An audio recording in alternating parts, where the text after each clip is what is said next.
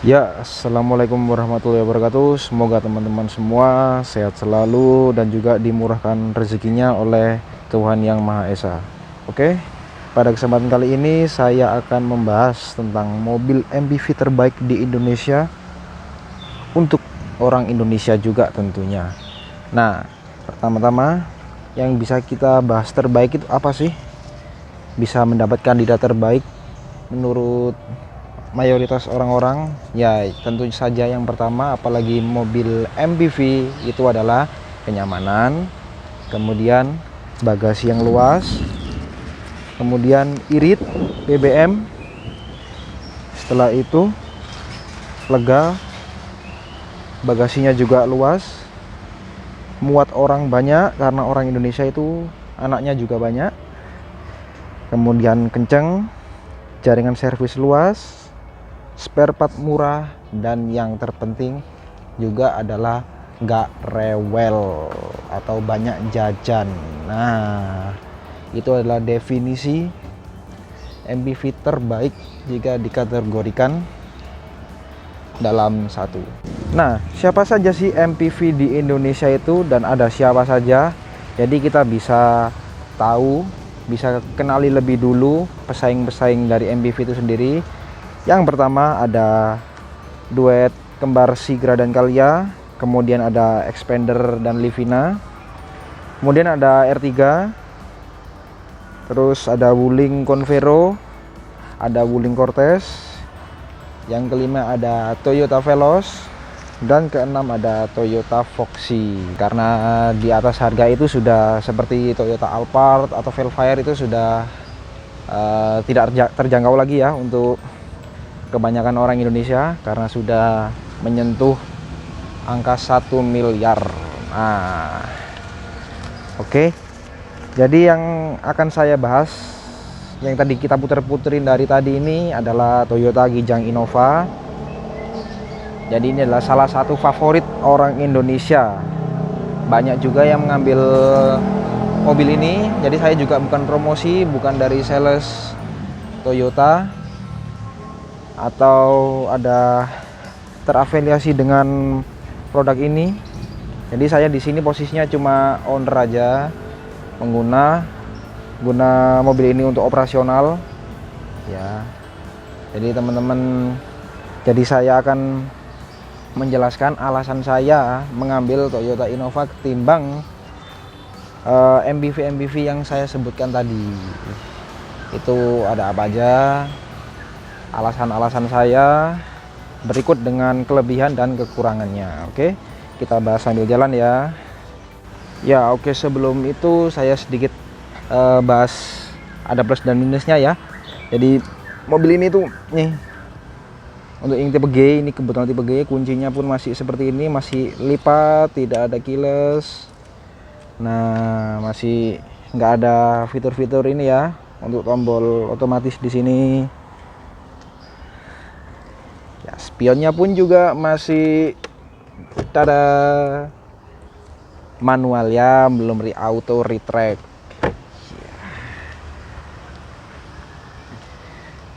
Oke, jadi apa aja alasan dan serta kelebihan dan kekurangan dari Toyota Innova ini?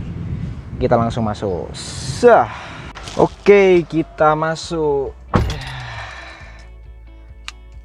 Kuncinya masih seperti ini ya, dengan harga yang bisa dikatakan tidak murah.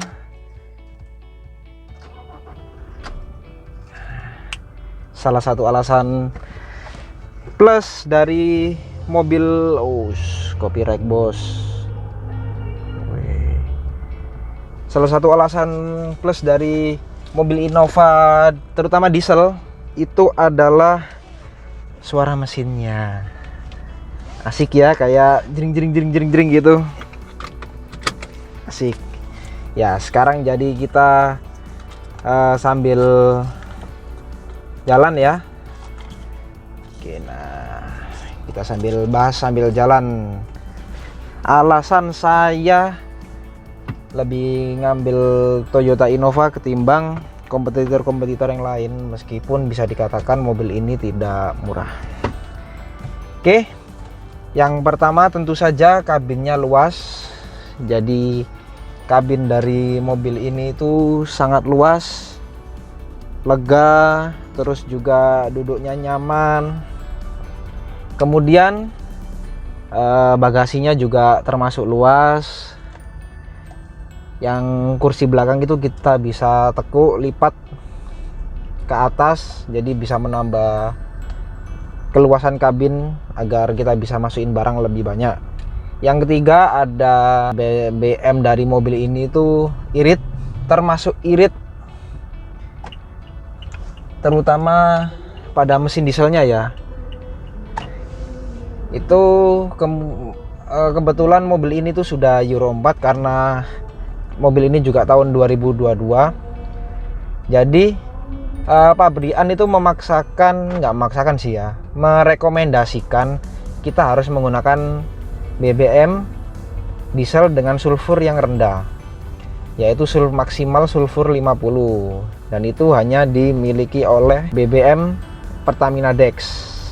Oke, seperti itu ya teman-teman. Jadi jangan salah beli, nanti teman-teman beli Innova isinya biosolar atau Dexlet itu juga sebenarnya angka sulfurnya itu tinggi. Jadi yang dikhawatirkan oleh pihak Toyota itu akan mengurangi kinerja mesin dan keawetan mesin ya. Kemudian dari mesin diesel itu sendiri itu tenaganya sangat-sangat melimpah daripada mesin bensin. Jadi dulu saya pernah pakai Grand Innova, yang Innova lama itu tahun 2013, itu tenaganya itu bener-bener enak. Di tahun itu juga termasuk enak daripada yang bensin itu. Akselerasinya pun agak lemot karena saya juga Matic ya, mobil ini juga kebetulan Matic. Saya juga nggak seberapa lancar ya naik manualnya. Nah kemudian mobil ini tuh ada layanan THS atau Toyota Home Service. Nah itu yang memudahkan kita kalau kita nggak ada waktu atau sibuk, itu kita bisa langsung hubungin pihak THS-nya dan datang ke tempat unit mobil ini maksudnya. Seperti itu, jadi lebih gampang. Kita juga bisa lihat mekanik ngerjain mobil kita itu seperti apa. Untuk kemudian servisnya juga terjangkau, termasuk mobil ini tuh nggak mahal-mahal amat servisnya daripada merek lain ya. Nggak saya sebut nanti ya black campaign atau gimana gitu kan. Tapi menurut saya Toyota itu memberikan nilai positif, yaitu dia servisnya terjangkau, terus juga bisa servis di mana-mana, atau teman-teman mungkin bisa ngerti mesin ya servis sendiri itu juga tahu kan, murah gitu. Kemudian mobil ini tuh juga cocok buat keluarga, nah, apalagi keluarga yang banyak anak yang seperti saya sebutkan tadi di awal. Karena mobil ini tuh bisa muat hingga 8 orang. Jadi nggak perlu khawatir yang keluarga utama naik, terus kemudian anak-anak itu malah naik Grab atau numpang yang lainnya. Itu bisa semua masuk di sini, kecuali yang tipe Venture ya, karena di tengah-tengahnya itu dia bolong atau captain seat. Nah, terus kemudian mobil ini itu AC-nya super duper dingin. Nah, nggak tahu ya, kata teman sih ada yang pakai Innova bensin itu AC-nya nggak sedingin yang diesel. Nggak tahu ya, atau mungkin sugesti atau gimana. Tapi menurut saya memang dari dulu saya punya Grand Innova 2013 diesel, Reborn 2016 diesel, Reborn 2018 diesel, dan 2022 diesel ini AC-nya semua dingin pol. Jadi bahkan kita temperaturnya tuh nggak sampai setengah ini, knop setengah ini itu udah dingin banget meskipun pada siang hari. Wih, jadi hebat ya, nggak tahu kenapa itu AC-nya memang dingin banget. Kemudian build quality dari mobil ini itu bagus, rapi seperti gini, meskipun ya nggak soft touch gitu kan, tapi rapi, nggak ada kayak kelebihan bahan. Itu bagus, terus juga kokoh. Nah sekarang kita berlanjut ke kekurangan dari mobil ini. Ada kelebihan, tentu saja ada kekurangan. Yang pertama adalah desainnya yang biasa aja. Menurut saya desain dari Toyota Kijang Innova ini biasa aja ya, nggak yang bagus gitu, juga nggak yang jelek gitu. Kalau menurut saya ini kayak ikan hiu gitu kan, dari belakang tinggi terus turun ke bawah, itu kayak ikan hiu. Ya terserah ya, selera ya. Kalau menurut saya sih desainnya biasa aja. Yang kedua, fiturnya. Nah, fiturnya ini yang menjadi tanda tanya nih. Daripada kompetitornya, bahkan harganya yang jauh di bawah Kijang Innova ini, fiturnya di atas ini. Nah, kita sebut saja satu contoh. Banyak menggunakan lampu-lampu masih belum LED seperti lampu depan dan juga lampu belakang. Itu nggak ada yang LED, kecuali yang tipe V dan Venturer itu depannya sudah LED. Tapi yang di tipe G ini benar-benar waduh kacau gitu kan, masih benar-benar semua itu nggak ada LED udah. Nah, kemudian tadi juga spionnya masih manual ya, dari tipe G. Kalau tipe V sih sudah otomatis. Jadi tipe G ini kayak waduh, mending kalau ada uang sedikit, kalau misalnya mobil satu-satunya itu teman-teman langsung ngambil V aja daripada ngambil G, karena nanggung kalau kalian masih mempertimbangkan fitur. Tapi kalau kalian gunainnya ini untuk operasional, ya sah-sah aja sih kalau ngambil G kan. Yang penting kan dia durability-nya itu bagus, mesinnya itu. Dan yang ketiga, safety dari mobil ini itu sangat-sangat minim. Nah, 2022 loh, belakang masih pakai tromol gitu kan. Itu kan termasuk aduh. Tapi ya feel-nya itu masih pakem gitu, remnya gitu, kita ngerem itu masih pakem, masih kita pede untuk ngerem. Buat ngebut terus kita rem agak dalam itu nggak ada masalah sih sebenarnya. Cuma ya untuk kedepannya ya di upgrade gitu kan, kayak Fortuner itu dulu 2017 dia improve, menambahkan rem double disc brake depan belakang. Selanjutnya, kekurangan dari mobil ini itu adalah belum keyless. Jadi yang keyless cuma tipe Venturer, tipe G dan V ini dia masih ini ya, kunci ada anak kuncinya gitu, masih colok kunci. Menurut saya itu sih nggak, sebenarnya harusnya nggak mahal ya, kenapa nggak dikasihin aja gitu loh. Karena kadang-kadang kalau kita colok kunci itu malah sering beratin ini bawahnya apa ini, bawahnya rumah kunci ini kan. Jadi kan sayang gitu loh, mending harganya nambah dikit tapi sudah termasuk dengan keylessnya juga kan enak ya kan. Yang terakhir, kelemahan dari kekurangan mobil ini itu adalah mahal. Nah, mahalnya mobil ini itu gimana ya, kalau orang awam gitu yang sering lihat YouTube, lihat review, pasti bilang mobil ini waduh overpriced banget kan. Tipe G gini aja harganya udah 400 juta. Nah, kalau kalian gitu ya berpikir seperti itu sah-sah aja.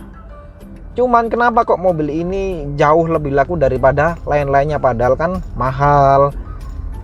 Terus juga ya bisa dikatakan untungnya kebanyakan Toyota kan. ya. Jadi ya itu tadi, dia mahal karena itu tadi. Mungkin Toyota itu memiliki trust issue kepada konsumen bahwa dia menawarkan sesuatu yang bisa diandalkan, terutama untuk keluarga Indonesia. Dan seperti judulnya kita, mobil ini layak bisa dikatakan menjadi mobil terbaik di Indonesia. Meskipun dengan minimnya fitur, tapi dia masih layak disebut oleh mobil terbaik. Nah, karena dengan alasan durability, terus jaringan after sales-nya yang bagus, kemudian bahan bakar yang irit, dieselnya yang sangat-sangat bisa diandalkan, tenaganya pun melimpah dari putaran bawah, itu dia sudah ngisi terus tenaganya. Nah, jadi itu teman-teman mungkin yang mau ngambil Innova Reborn atau mungkin yang sudah punya. Jadi kita di sini diskusi agar kita semua tahu, menambah wawasan bahwa seluk-beluk Innova Reborn itu seperti ini ya. Jadi kalau kita bicara tentang fitur, jangan beli reborn. Tapi kalau kita bicara durability, jaringan after sales, harga purna jual, nah kalian bisa pertimbangkan untuk ngambil Innova Reborn ini. Karena kalau kalian bisa bicara fitur, itu banyak banget pilihan. Ada kayak tadi kan Wuling Almas, Wuling apa sih, Cortez, terus juga apalagi tadi ya, Honda Mobilio. Itu fiturnya lebih baik daripada Toyota Kijang Innova ini. Nah, jadi itu semua balik ke pilihan masing-masing. Tapi kalau menurut saya pribadi, mobil ini sangat bisa diandalkan untuk orang Indonesia, bahkan juga untuk keluarga di Indonesia. Jadi ya kembali lagi, kita beli mobil itu untuk apa gitu kan. Kalau cari fitur ya fokuslah pada fitur, tapi kalau cari keawetan, durability, terus purna jual, ya carilah yang sesuai dengan kriteria tersebut. Oke, jadi jangan sampai kita beli mobil itu menyesal sudah membeli gara-gara tergiur oleh review-review yang manis, tapi kita ternyata tidak sesuai dengan mobil itu. Jadi istilahnya salah segmen pasar gitu kan ya. Tapi kalau saya menyarankan teman-teman, jika memiliki mobil satu-satunya, ini Innova Reborn ini udah paling cocok, paling pas untuk orang Indonesia maupun keluarga Indonesia. Oke, sekian saja video dari saya. Apabila ada salah kata atau kekurangan informasi, teman-teman boleh kritik di kolom komentar, karena kolom komentar yang kami sediakan itu juga lahan untuk diskusi kita semua. Dan juga mohon maaf jika ada salah kata. Oke, sekian. Assalamualaikum warahmatullahi wabarakatuh. Sampai berjumpa di video berikutnya. Karena video berikutnya tentang Innova ini saya akan servis yang pertama, yaitu servis ke 1000 km. Itu nanti juga saya akan dokumentasikan. Jadi teman-teman mungkin yang baru ngambil Innova atau akan ngambil Innova itu tahu apa yang harus dilakukan pada servis yang pertama. Oke, jadi nantikan saja video selanjutnya. Bye bye.